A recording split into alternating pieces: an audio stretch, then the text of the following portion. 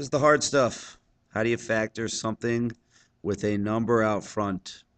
It's usually about this point that I'll hear a student say, hey, wait a minute, that's right. All the ones we did in the last lesson had no number out front, to which I always say, wow, you are so observant. So there's lots of ways to solve these. I've seen it done in lots of different ways. Personally, this way works best for me. You can kind of look at it and start guessing and figuring things out, but I like this way because it works every time. It's a simple way to do it. So we call this an A value.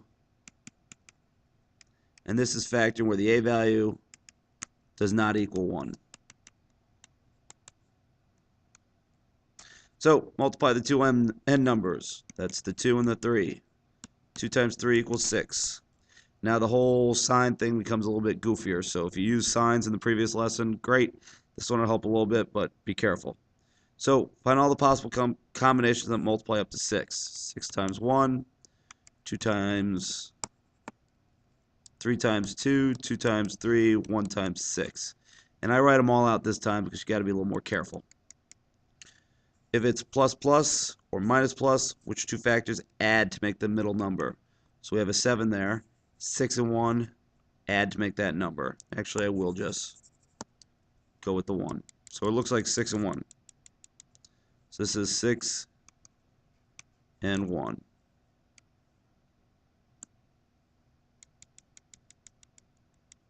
And I'm going to make sure we got the right equation. Plus 3. So rewrite the middle terms with 6 and 1. 2x squared minus 6x minus 1x plus 3.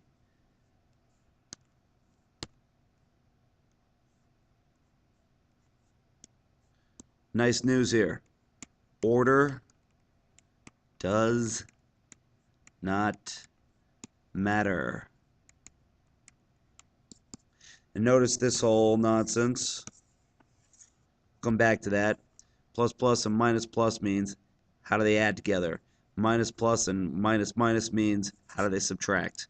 We'll get to that when we do some examples. Now, you're factoring by grouping, which is why we learned it earlier. What comes out of both of these? 2x, and I'm left with an x minus 3. What comes out of this? A negative 1. And I'm left with an x minus 3. Looks like we did it right because these terms are the same. So just rewrite. That's it. You may want to check these. I'm going to check this. Make sure I get what I'm supposed to get. So I get 2x squared minus 6x minus 1x plus 3. 2x squared minus 7x plus 3. Looks like I did it right. Factoring in the previous lesson, you probably got pretty good at pretty quick. These are very challenging. Follow the steps. Keep the note sheet out when you're doing examples. It'll make your life a lot easier. So these are just practice problems. If you want to try on your own, go ahead. You can pause the tape, but I'm going to get on it right away. 3 times 5 is 15. I got plus minus, so I'm going to go with 15 and 1 because 15 minus 1 equals 14. So I have to write this that way. Plus 15x minus 1x. I'm just rewriting this term. 15 minus 1 is 14. I haven't changed it. I've just broken it up. Again, I don't care which order. I'm still a fan of writing the big one first.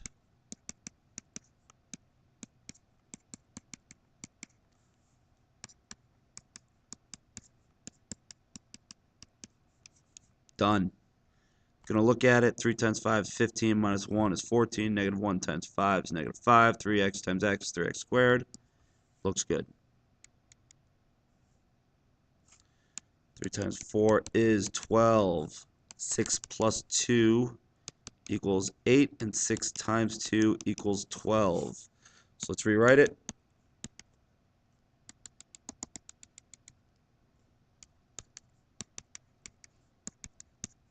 And actually, let's write the smaller number first.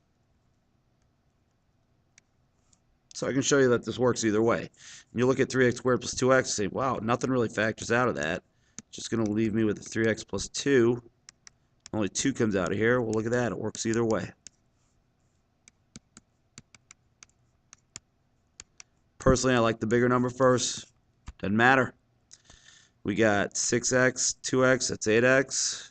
2 times 2 is 4. X times 3x, 3x squared. Looks good to me.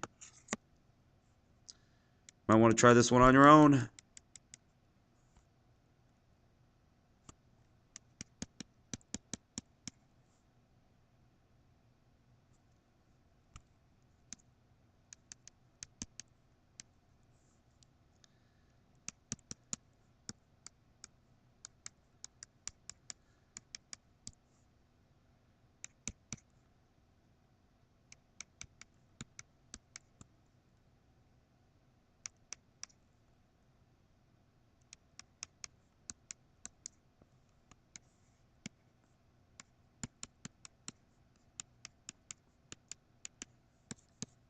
(4x squared), negative 5x minus 4x, negative 9x, negative 5 times negative 1, positive 5. Looks good.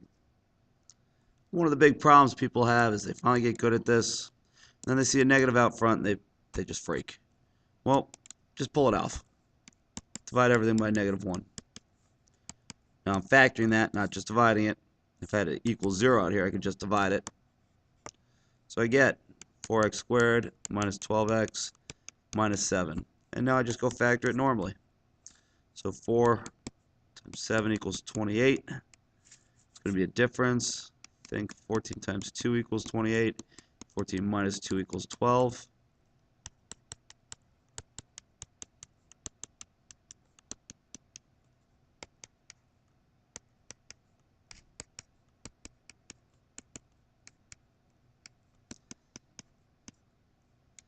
This can freak people out a little bit because there's actually no 1 here. Don't stress. 2x plus 1, x minus 7.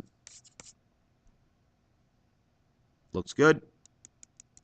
In the interest of time, I'm not going to check it. So one more. And actually, I'd like to solve this. So let's just say it equals 0. Now, since it equals 0, I'm going to divide everything by negative 1. I'm going to get 3x squared plus x minus 2 equals 0. 3 times 2 equals 6. It's plus minus, so I need a difference. 3 minus 2 equals 1, so that looks good to me. 3x squared plus 3x minus 2x minus 2 equals 0.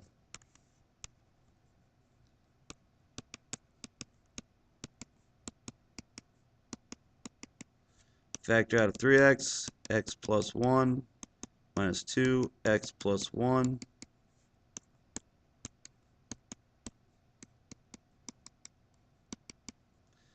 X equals 2/3.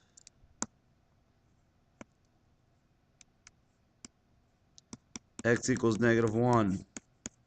You can plug them back into this original equation if you want, see if they work. I'm betting they will.